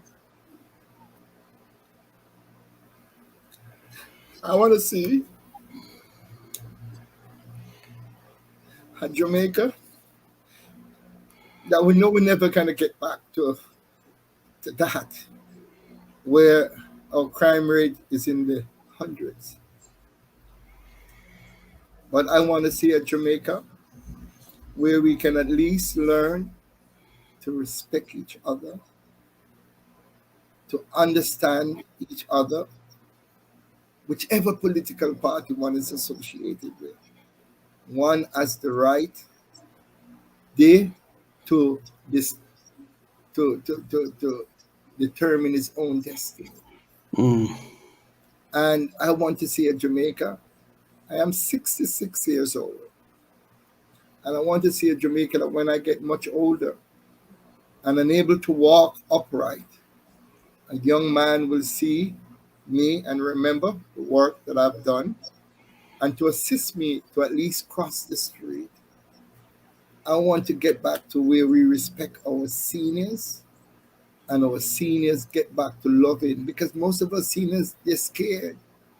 They used to sit and talk with these youngsters. They don't do it anymore. Some of these youngsters look at our seniors and call them dinosaur. You washed up, you old. That was in your days. No, give us an opportunity to live our days. But remember, we cannot be a great country unless we remember our ancestors, what they did for us, from the Nanny of the Maroons, the Paul Bogles, the Sam Sharp, the Martin Luther King, the Takis, and so on. And to remember those great ones, the Iselin McFarlane, the 81-year-old grandmother, the Miguel Williams that was murdered innocently, and all the children that we have lost, to say, let's repair this. Let's see if we can come together and make the Jamaicans who have worked so long and hard overseas get an opportunity to come home and to die in a country that they rightfully belong. It's their country as well as ours. That is my opinion. I also want to commend you, whether I should say this or not. I think I'm just going to say that, I commend you for your resilience. You are somebody who I know who personally put your own marriage on the line. I'm not talking out your business. There's only so far I'm going to go, but you put your own marriage on the line for the works you're doing in Jamaica, to the extent that, you unrelentlessly said, Jamaica is where you want to be to help the underprivileged. And I've seen you do that even before you came to that decision. You know what I mean? And to see you and to see the pain of what you're going through, because I soak up the pain from you. Every time me and you talk, and you're telling me the situations and the things that you're going through personally. Again, when I talk about your business, but I have to congratulate you in real time, not just behind your back, but in front of you, and make you know, sir, we're proud of you. Look, Yeah. these are the medication that I take on a daily basis. Oh my God, Big Stone. I take 8. Yeah, and I take these medication because if I don't, I'm gonna die. But we, myself and you and Sharon, have absorbed the problem of our country so much Yeah. that it has affected our health. It has affected our health. And I'm not here begging for handouts. I'm just Yeah. saying that if I don't take this medication, I'm going to die. Yeah. I continue to work assiduously. I continue to work to get the job done because somebody got to do it. Yeah. We have to do it. Look, there are 2 more over here. See them? Yeah. So if you can count 1, 2, 3, 4 over here and Yeah. 4 over here. So that's 8 medication that I have to take. It has to do with my heart, my prostate, Yeah. everything. And I do it. And if I had to do it all over again, I'm going to do it. Yeah. This Yeah. is our country. Yeah. I want to do my little part. Just if everybody just do their little part. I don't want to be considered no hero. I just want to do my little part for my country. And that is why I begged them. I said, please, see if you can work this out. See if you can understand with each other. It hurts me to see the amount of funerals that I've been to. Can you imagine how many funerals? Right now, we have people on ice. For the last 8 months, their parents cannot afford to bury them. I'm telling you, your mothers out there that cannot afford to bury their sons or their daughters. The money's not there. And there are a lot of people that are making a lot of killing off these funerals. A lot of families are in debt after they bury their loved ones. They barely can survive. You know? And that's why I'm asking you guys, thanking you so much for giving me the opportunity to be able to speak of my country. And I speak of my country proudly. This is where I want to spend the rest of my life. I've had opportunity to live many places over the world. I would never, ever give up my country. I want to be here and spend the rest of my life here in this country because this is the most beautiful country on the planet Earth. Yeah. You hear me? The best of the best. If we can only love each other, understand each other, bury our differences, we know we're not going to fall in love with each other, but at least respect each other. You know? And once you respect each other, we can work it out. Let me say this before you go because my internet cut. You know, it's raining like really hard over here, but I want you to know, just like you, regardless of what's going on in Jamaica, I love Jamaica. There is nothing. From the first time I touched soil from I was a kid, it was my home. It's my home. And God bless you for standing up for your country. I fully endorse and I fully support you because I often think of you. I have to think of you and your works, and I think to myself, as much as all these families have gone through their struggles, for the most part, you have basically been there for them. But you, Big Stone, who is there for you? How do you deal with all of that? You're encompassing everything. You were born under the sign that 10 Star and I were born in, and we are considered empaths, right? We feel, we absorb. If it was left up to us, we'll take their pain. And basically, that's what you're doing. You're taking everybody's pain, hence you taking the medication for this, for that, for the other. But I'm here to tell you, remember who you are. And always remember to take care of you. You can do but so much. It is a blessing. It is a blessing for what you're doing. But do not forget about you. You have to take care of you mentally and physically. Remember who you are, sir, because this is a long road, and all of us are going to have to help to do something. Even if one little thing, as you said, that one little thing. We will start. Right, 10 Star? We will do whatever we deem necessary to help to assist. Even if it's a little thing, even if it's a word, an encouragement. But this program in itself has done so much. And I know this will be up on YouTube permanently, so people can, if they miss the broadcast today, they can always go back and see the broadcast of the time that we spent today.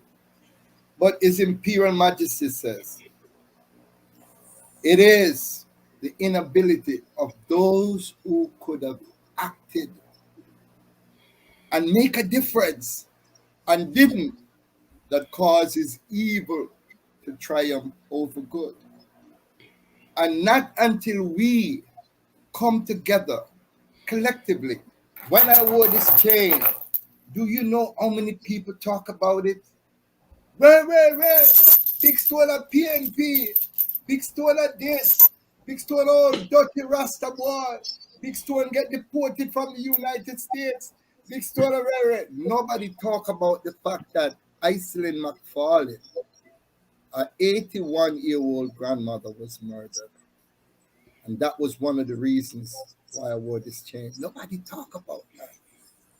But they talk about this chain. Oh, you know what one man told me? He said, Big Stone, I would have much more respect for you if you had put the chain on your head and go to Mark Golding and give him the key with a book in your hand and him take the book from you and try to. And I said, listen, we didn't wear the chain on top of our head. We wore the chain around our necks and our ankles and our waists. That is where the chain was worn.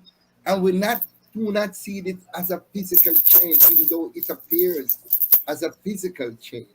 See it also as a mental chain that is still wrapped around our mind, that is still blinding us for us not to see. And you have so much people that all they talk about is politics. Me a PNP, so to hell with the labor right. I'm a labor right, to hell with the PNP, and they're not seeing the bigger picture. They're not seeing people that they went to school together, eat out of the same pot together, and do things together, dying or suffering. And if they can make a difference, come out.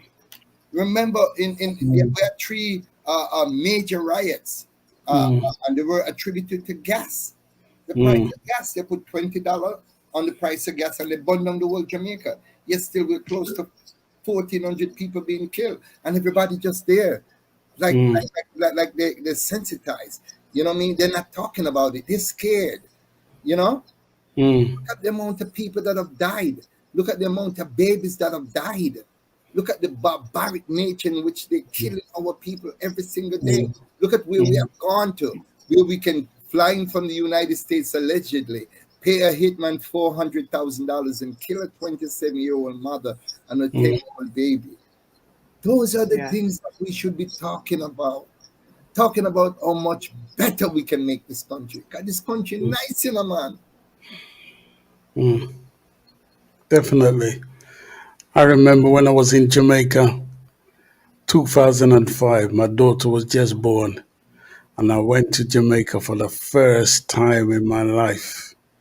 And trust me, I spent a month, and when it was time to leave Jamaica, I cried like a baby.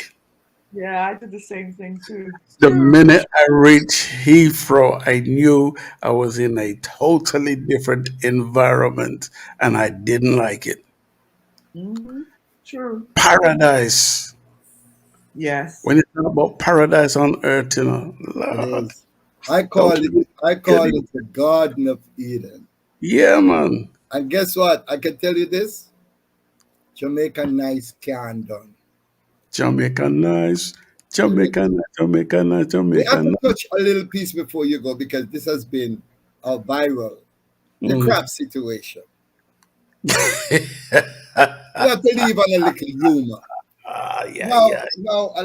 You never asked a question, but I said I'm gonna bring it up. I'm not gonna say a word. All right, listen. This is my take on it.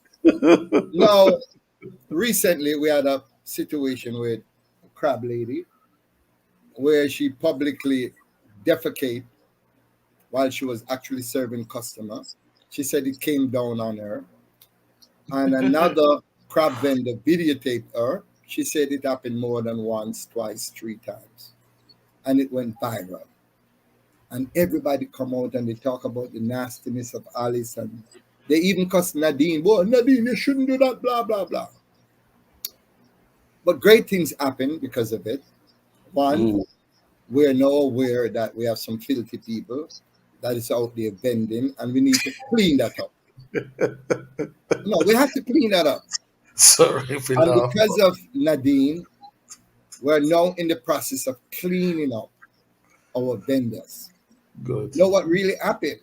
And a lot of people don't know that it just did not affect the crab vendors of Era Circle. It affected the entire island of Jamaica. And it would do, wouldn't it? Yes. And where everybody do vending, not just crab vendors, but people who apply their fish on a Thursday night or the Friday night thing. It's impossible for the government to put sanitary conveniences at every one of these stops. Right. Impossible. So this is what I implore. We have a lot of clean vendors out there because I've seen them and buy from them and so on. But make it even more visual how you take care of the food that you serve to your customers. Remember that your customer comes first. Cleanliness is next. Always. All right. So even though it was a negative situation, now at least the crab circle vendors are now gonna get sanitary convenience because that should have happened. They reopen after they refurbish. Yeah. It didn't happen. So hopefully now they're gonna refurbish the area, running water, bathroom facilities for the customers who come there and who wants to partake eating their crabs or whatever on the spot. They can clean up before getting back to their vehicle. They don't have to throw the trash in the street. They have proper disposal bins and so on. Good. So out of negative comes forth positive. I can see not all the vendors across, even though I know some people are disturbed by it, and a lot of people are losing customer because they say, never again. I'm not going to become a street vendor. I don't care if they have the toilet right in front of their stall and the washroom right. I'm not going to buy from these people. All of them are some nasty people. No, not all is not lost. People out there are clean, poor, but they're very clean. I remember some of the houses that I've gone through. People use a coconut brush and straw dye to clean the floor, get down on their knees. And you might have 1 box crate or 2 box crate or 1 single bed, but they're most clean. Yes, true. Poor people house are some of the cleanest house. Yeah. In Jamaica, and we know that because I've been there. I've been to many places, and to see them clean up themselves. I always like to go to the jerk chicken place right on Spur Tree Hill. I can't stop talking about it. It's one of the cleanest places ever, and I swear to God, I lived off a jerk chicken. Exactly, and on Redding's Road, these guys they do a remarkable job, and the chicken them taste good.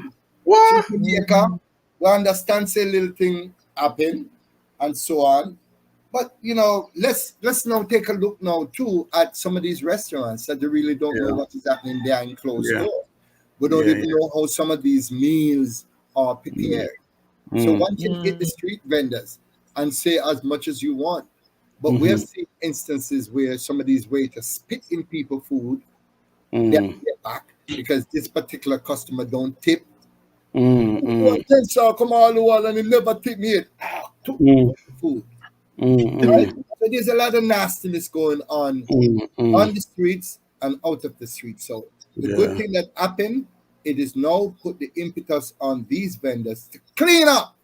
I'm good. And to I'm make glad. sure they present good, great food. Because guess what? Mm. Cuisine that we have done at Jamaica is finger licking, I tell you. What? Yes, Yes, sir. man. So big up every street vendors. We love you, and we hope your food basket never empty. Because some of these Well, people, this is how they pay their rent, their mortgages, send their yeah. children to school. Yeah. So we can't just go out totally and just crash them True. like that. You know, Yeah, yeah. Everything happening for the right reason, I guess. You know, everything happened for the right reason. wrong and right reason. You know, but of bad comes good. You know, for the future. Big Stone, I have to congratulate you. Thank you for all you do for Jamaica. You know, I've seen the good work she did. You know, I continually salute you for what you do for a veteran who passed away, Purple Man, and you were there for him. You even bought his nemesis, Yellow Man, and Yellow Man come out for him too. You know what I mean? Yes, So, and it yes, was yes. good I to saw see We that. that. were, we Yeah. were like rivals, you know I'm that. telling you, of course. And when I want to commend Winston Foster, anywhere you are, Winston Foster, I salute you. When Yeah. I spoke to Yellowman, when his daughter was reaching out and saying that they started a crowdfunding and they need money to bury Purple Man and so on, and I called up Yellowman, he didn't hesitate. Mm, Yellowman did not hesitate. He said, Big Stone, I'm going to do it. He didn't mm, have any money because he just made some donation to mm, a charity, a nice sizable donation. So I mm. suggested, I said, you know, you're the master of dub, you know, Yeah. and I reached out and got some people, a friend of mine, Mm, Michael, what's more, big up yourself, Michael. And Michael Dutton said, yeah, we need 2 dub plates right away. That was total mm, $30,000. And mm, Yellowman said, let's go to the studio immediately. And we mhm, went to the studio, did the dub plates, and immediately we left the studio and went all the way to Purple Man's daughter and made a mm, presentation. And it was a great look. He couldn't make the funeral, but on mm. the funeral day, he actually called Purple Man's mother and Yeah. offered his condolences. So That's I was sorry there. though. negativity comes forth Yeah, I saw positive, that. and Yeah, that is yeah, what yeah. we're all about. And Yeah. Juna Biles is doing great. A lot of people might be wondering whatever happened to Juna Biles. Juna Right. Biles is taken care of by his daughter, Christine Biles. Big up yourself, Christine, anywhere you are. Good. Good. He has a caretaker, Rosie. Big up yourself, Rosie. Juna Biles, as you know, is still ill, still suffering from some form of insanity and so on. Mm, But mm. we have to pick him up. And there's a lot of other people out there, you know, that need our help. And we as Jamaicans, who Yeah. can do a little bit better than for ourselves than we're doing Mm, for others, we can extend it, you know, extend mm, our love. It might not be much, it might not be as big as some people can do it, but every make mm. a muckle, you That's know. right. That's right. So Big Stone, we're gonna let you go, brother, and thank you again. You know, we're gonna bring you back as many times as we can to give us the updates and anything else. Our platform is your platform. You don't know that already. I want to say to Sharon Mango, one of the greatest hostess in the world, thank you very Salute, much. Sharon Thank you Mango. so much. You're holding the heads of our Jamaican women high as an African woman. And we thank you for working as hard as you do alongside, you know, 10 Star. Stop, brother. Just size up with him, you know, because him care out distance, you know. You turn upside of him as a woman. And Yes, sir. that you're doing Yes. a heck of a job. And 10 Star, well, I don't know what to say about you, my brother. When I'm crying and I need something done and I call 10 Star at the wee hours of the morning because I tend to miscalculate that England is like, what, 5-6 hours ahead. And 10 Star is in his bed and I said, 10 Star, please, I need your advice and so on. And when he really got up and said, Big Stone, only for you, I would do it. So I say to him, wait, hold on. You do know what time it is, you know. no, it is. And if you ever need any help, my brother, Yeah, for real, upon me, I'll be for there. real. And I hope I brought some enlightenment to what is happening in our journey. Please, all our Definitely, country in definitely. prayers. We need that seriously. The Yeah. other peoples around the world like Gaza and Israel who are facing trial times, and we hate the loss of life on both sides. And we only hope that they can come to a amicable understanding and learn to love each other and to know that God created this world for all of us. That's right. It is our place to live. And we're only here but for a short time. Right. So that we cherish the moments. Right. I salute you both for having me. We're going to leave with this particular tune. It's called Jamaica Nice. And I'm playing it only because Big Stone reminded me of Jamaica Nice. All right. So this is King Yellow, man. Let me hear a little piece before we go home.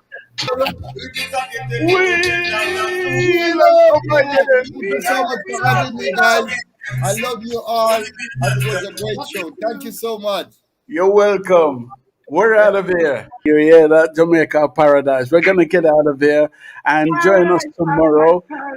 Yes. As our guest will be Chrisen T. Chrisen T is going to be our guest tomorrow. That super fabulous singer out of Jamaica now living in New York, Queens, So he's going to be our guest tomorrow. So join us same time, same place, 4 p.m. tomorrow. We're out of here. God bless. God bless.